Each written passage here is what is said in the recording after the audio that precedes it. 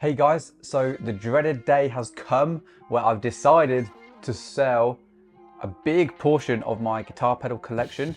Now, I had a scary realization the other day when I walked into one of our offices at Pedal Pawn. I was tripping over tube screamers, fuzz faces and clones.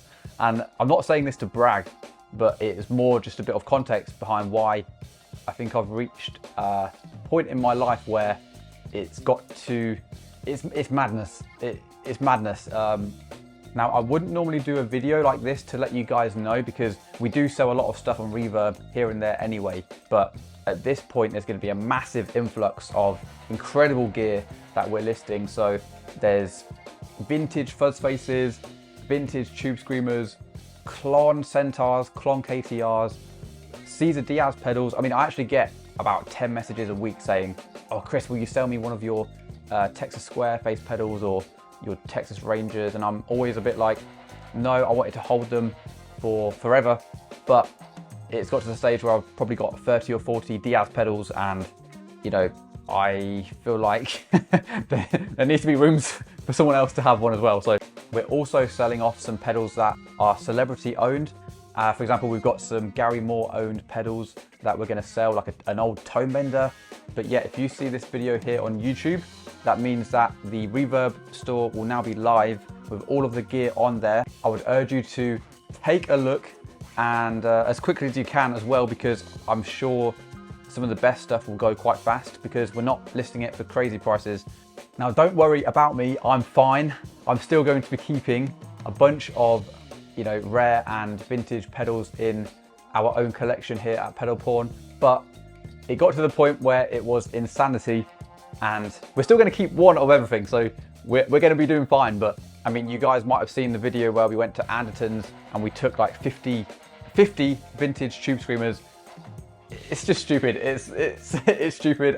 But yeah, you might recognize a bunch of different pedals that we're putting on there, ones that have been featured here on the Pedal Pawn Hub on YouTube.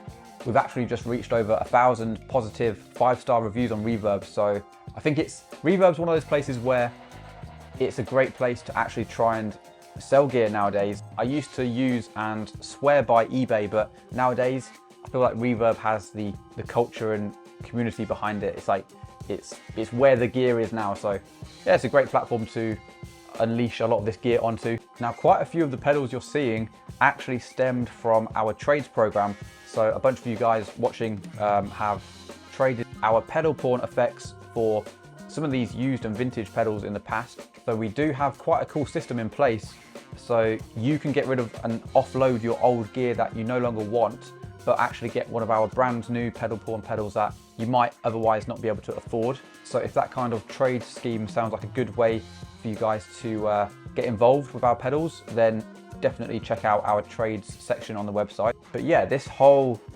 switch in mindset for me begs the question, how many guitar pedals is enough? How many is too many? Do you ever get obsessed with certain types of pedals and end up hoarding them? Or is it all simply just a tool for the job for you guys? Let me know what your take on guitar pedals is. If you take guys like Josh Scott, for example, who is a notorious collector, probably has the biggest pedal collection in the world. For him, it's all about the stories and the preservation of the history behind these pedals. And of course, he's just a obsessive hoarder in him. He's probably got that nature inside of him. But yeah, if you guys are interested, check out the Reverb link in our pinned comment and also in this YouTube video's description. Thank you very much for watching. We'll catch you in a bit, and cheers.